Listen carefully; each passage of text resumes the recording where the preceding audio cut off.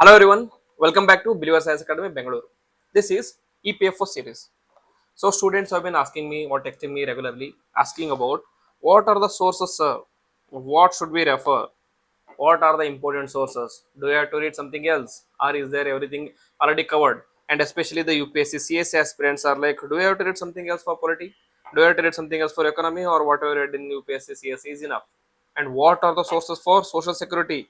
What are the sources for labor laws? All these questions are being asked in my DM or in my text. So this video is for you guys. So you can choose which sources to be selected and what should be your way forward. So keep your sources limited but revisions maximum. Okay. So for general English, this is mainly objective general English. SP Bakshi, which is an Arihant based note. SP Bakshi notes can be or book can be taken away. For objective general English, you can just watch any videos or we will be bringing a video on this one on previous questions. You can watch that also. But if you are someone who is facing difficulties in English, can go for this one. Okay, general English, SP Bakshi Arihant. And word power made easy, normal levels. This is for vocabulary, comprehension basics, etc. If your basics is very strong, not necessary to go through all these things, you can achieve this general English by solving PYQ. So solving PYQ would be enough. But if you are someone who is facing difficulties in basic English, you can go for this. Second is general mental ability. Again, quants and reasoning will be there. Here, quantitative aptitude, RS Agarwal book is there. Again, analytical reasoning, MK Pandey book is there. And this is only for the students who have no idea about CSAT of UPSC CSC, no idea about quants and reasoning. But if you are someone who is already comfortable with quants and reasoning, you can just go for PYQ analysis. You can just go for PYQ practices, or you can just join any test series which we might also bring in the coming days. You can join our test series as well. On this test series, you can start the answer rating as well. So in the what I would say is in quantitative like constant reasoning, what is more important is not reading but practice. So you have to write as many questions as possible. You have to attend as many questions as possible. It is going to be very helpful for your quants. Okay, next is current events and developmental issues.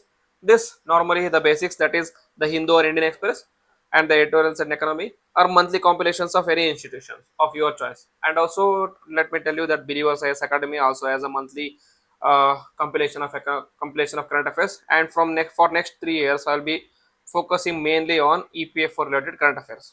So you can check out our current affairs as well, which will be provided in the link will be provided in this video.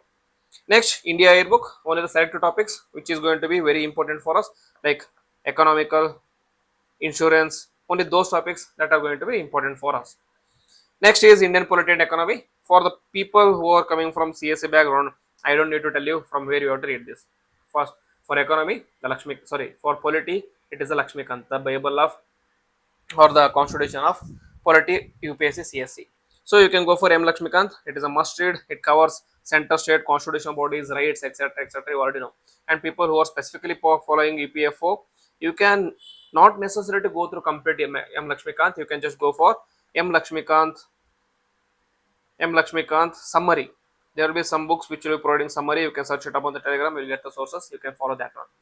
Next, for Indian economy, Ramesh Singh, or you can also go for Shriram IAS. It is also a good book for your parson and parson. All these things are very important, but I would suggest you just read 11th NCERT. That will be my personal choice for you guys. That is macro and microeconomics of 11th NCERT is going to be enough for you. I am talking about economic core concepts, not the current affairs. Current affairs, you have to do the basics, that is editorials, news analysis, etc. But for the basics, macro and microeconomics, 11th NCERT is enough. Next, here what are the things you have to focus on? Basics of growth, what is inflation, employment, social sector schemes, etc., etc. And budget and economic survey summary of the particular year for us 2025. I have already made a video on budget and economic survey summary, but I have made it from the UPSC CSC mains perspective. You can check it out for your understanding. I will be bringing again a video specifically for EPFO where we will be focusing more on the factuals. Okay, that I will be bringing a video, I promise you, and where we will discuss mainly on the factuals. Okay, next is general accounting principles. Here for accounting, you can go and look into TS Grewal, the class 11th and 12th basics, which will provide a basics around about accountancy. Again, here also we'll be having another faculty. We'll be going to bring videos on the like accountancy series. Okay, few basics series on accountancy and fundamentals accounting. This you can follow for DK Goel for conceptual clarity, or you can also use again best option if you don't have these books is going through ChatGPT. Okay, ChatGPT, that is the use of artificial intelligence for your own best purposes.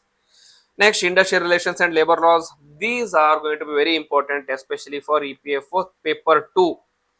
Okay, in the paper 1, the CSA students will be writing very nicely, will be feeling very good about themselves, but the paper 2 is where you start getting headache.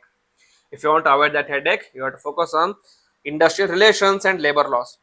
For labor laws, you can go for S.S. Srivatsava, and industrial relations and labor laws, you can go for P.L. Malik, and introduction to labor laws, Avatar Singh, which is provided in a simpler language. So all these three books. Or else again, as usual, you can go for ChatGPT. You can search up the syllabus for industrial relations, and you can, based on each laws and based on each labor laws or industrial relations, you can make a content out of it. I'll be again bring a video on this one. Apart from this, if you want to do current, like if you want to do the study on your own, it is going to be important. And the bare acts, that is EAPF Act, that is Employment Provident Fund Act of 1952. You have to know the provisions, you have to know the important provisions, important sections. Okay, Employers State Insurance Act of 1948, again sections, important sections, and Payment of Wages Act 1936, Minimum Wages Act of 1948, Factories Act of 1948, and Industry Disputes Act of 1947. Okay, I'm telling you why these laws and acts are very important. I'll just give an example. The last time UPSC EPFO exam was held in 2023. So in 2023, there was a question. There was not a question. There were three questions on a single law. That the law was Industrial Employment Standing Orders Act of 1946. So this was the law. On based on these law, there were three questions. Not like they covered completely on the law only. Not like they asked from one end of the law to other end of the law. Within one section, that is within the 10A section. Within the 10A section, they were able to frame three questions. 1, 2, 3. Okay, understand why these questions or these acts are very important for you. Just in 10A section, payment of subsistence allowance, where the workman is suspended, etc., provisions are there. Based on these provisions, there were three questions in the same exam, in the same paper 2. So that is how important these labor laws and codes are for you. So have extra emphasis on this Industrial Employment Standing Officers Act, labor laws and codes. Okay, next, other important sources are for social security in India. Social security in India, SK Bhatt is there. I would suggest you not necessary to go through this. Instead of this, for social security, read all the important DPSPs and also all the important welfare schemes. Welfare schemes. All the important welfare schemes. What you have to read, which ministry is bringing on, what are the provisions, and what is the need of this scheme, and which department is looking after this, and what is the outlay. All these things you have to read in a particular format. Okay, important schemes. Ministry of Labor and Employment website is going to be important for you to read the schemes, reports, latest updates. If you are a CS aspirant, you might have already read this for prelims and mains. So just go back and revise these things again. And Niti Aayog report on labor reforms becomes very important for you. I would try to make a video about on this one, video on this as well. You can check it out afterwards.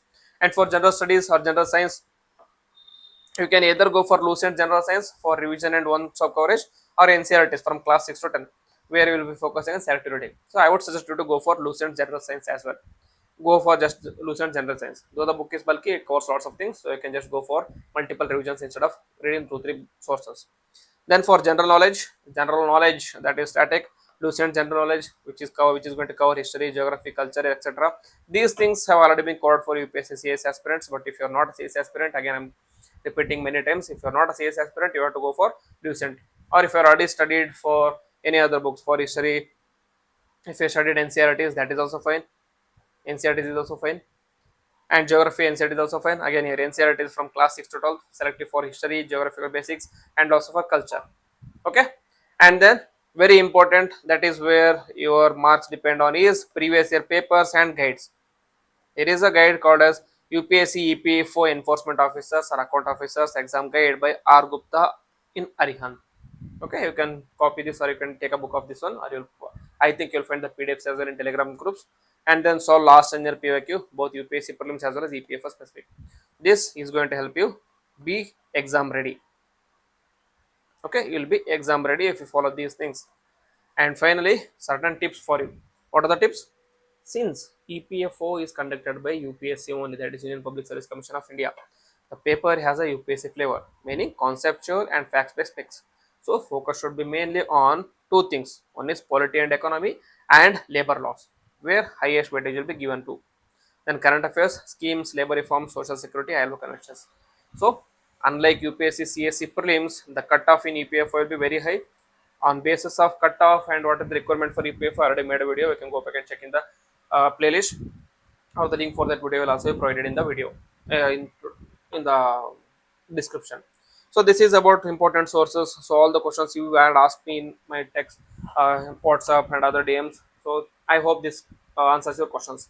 If you have any doubts, okay, if you have any doubts, like again in the next video, what I'll be focusing on is I will be providing a 3-month holistic plan for 3-month plan. So again, one more thing, the November 30th has been decided the exam date, decided as the exam date. So if you are going to complete your syllabus before November 30, you need a 3-month plan.